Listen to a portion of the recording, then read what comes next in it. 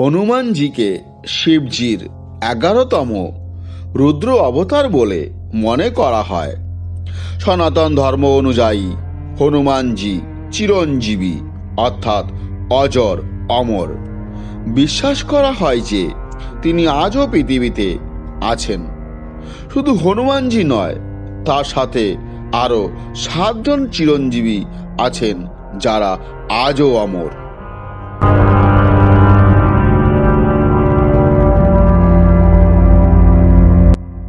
আজ আমরা সেই চিরঞ্জীবীদের সম্পর্কে জানব। তার আগে বন্ধুরা, যারা আমার চ্যানেলে নতুন তারা অবশ্যই চ্যানেলটিকে সাবস্ক্রাইব করে নেবেন, যাতে নতুন কোনো ভিডিও আপলোড হলে সঙ্গে সঙ্গে আপনাদের কাছে তো নোটিফিকেশন পৌঁছে যায়। তো বন্ধুরা, চলুন জেনে নেওয়া যাক এই পৃথিবীতে 7 জন চিরঞ্জীবীর কথা।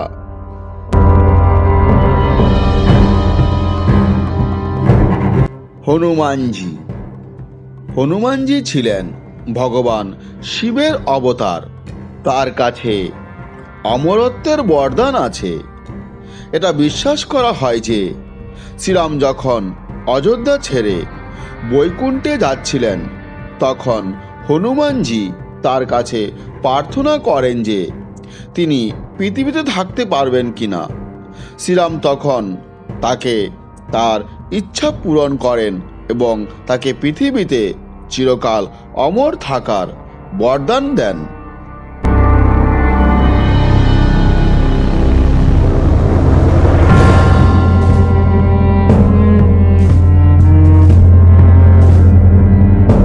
পরশুরাম। পরশুরাম ছিলেন ভগবান বিষ্ণুর 6ষ্ঠ অবতার। তিনি শ্রীরামের আগে অবতীর্ণ হয়েছিলেন।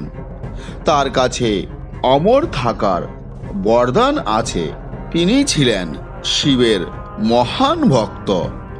শিবজি তার তপস্যায় সন্তুষ্ট হয়ে পরশু দিয়েছিলেন। পরশুরাম এই পরশুকে সব সময় নিজের সাথেই রাখতেন।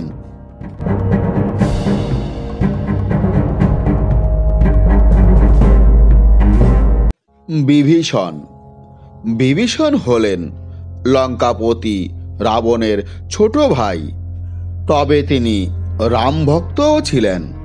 তার সাহায্যে রাম রাবণের নাশ করেছিলেন। দেবী সীতাকে রাবণের বন্দি দশা থেকে মুক্ত করার জন্য বিভীষণের গুরুত্বপূর্ণ ভূমিকা ছিল।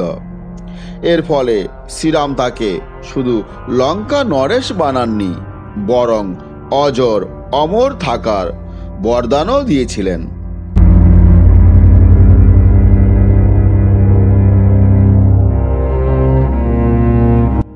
রাজা বলি।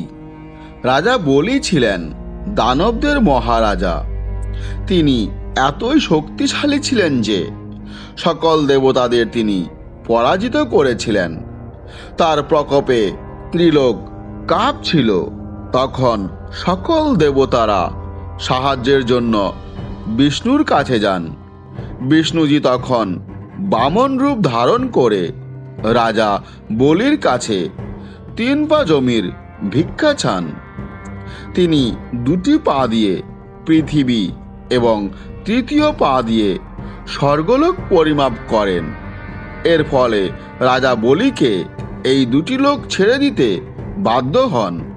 তবে বিষ্ণুজি তাকে বদলে পাতাললোক দিয়েছিলেন।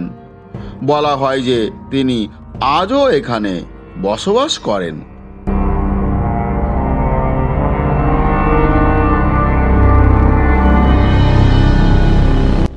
ঋষি মার্কণ্ডেয়। ঋষি মার্কণ্ডেয়ের নামও চিরঞ্জীবীদের তালিকায় অন্তর্ভুক্ত। তিনি এই অমরত্বের বরদান শিবজির কাছ থেকেই পেয়েছেন। তিনি শিবজির মহান ভক্ত ছিলেন। তিনি শিবজিকে খুশি করার জন্য কঠোর তপস্যা করেছিলেন এবং মৃত্যুঞ্জয় মন্ত্রের সিদ্ধিও করেছিলেন। এর ফলে ভোলেনাথ তাকে চিরঞ্জীবী থাকার বরদান করেন।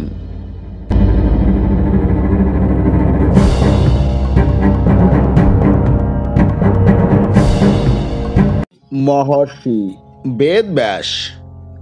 মহর্ষি বেদব্যাসকে বিষ্ণুর অংশ হিসেবে মনে করা হয়। তার আসল নাম ছিল কৃষ্ণদ্বৈপায়ন। তিনি পরাশর ঋষি এবং সত্যবতীর পুত্র ছিলেন। তিনি শ্রীমদ্ ভগবদ্ গীতা সহ অনেক ধর্মীয় গ্রন্থ রচনা করেছিলেন।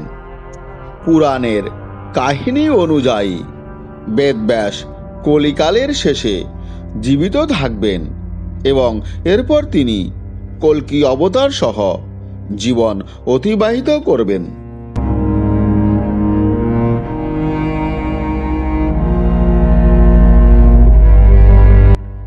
অশ্বত্থামা।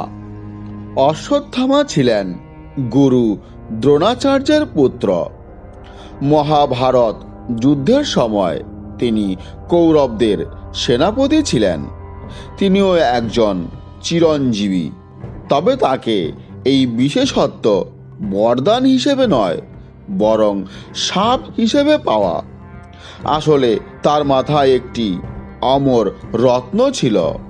এটি অর্জুন দণ্ডস্বরূপ বের করে দিয়েছিলেন। তারপর শ্রীকৃষ্ণ তাকে শাপ দেন যে তিনি অনন্তকাল পর্যন্ত পৃথিবীতে ভ্রমণ করবেন।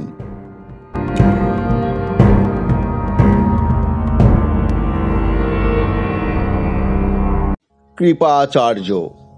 কৃপাচার্য ছিলেন অশ্বত্থামার মামা। তিনি কৌরব এবং পাণ্ডব উভয় পক্ষের গুরু ছিলেন। তার বোন কৃপি দ্রোণাচার্যের সাথে বিবাহ করেন। কৃপাচার্য 7 ঋষির মধ্যে একজন। তিনি সেই 3 তপস্বীর একজন যাদের সামনে ভগবান শ্রীকৃষ্ণ সশরীরে উপস্থিত হয়েছিলেন। তিনি দুর্যোধনকে পাণ্ডবদের সাথে শান্তি চুক্তি করার পরামর্শ দিয়েছিলেন, যদিও দুর্যোধন সেই পরামর্শ গ্রহণ করেননি। কিন্তু কৃপাচার্য তার ভালো কর্মের জন্য চিরঞ্জীবী থাকার বরদান লাভ করেছিলেন।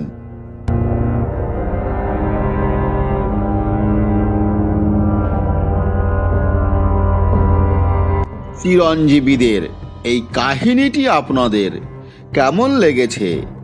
যদি ভালো লেগে থাকে তাহলে অবশ্যই লাইক, শেয়ার এবং কমেন্ট করবেন।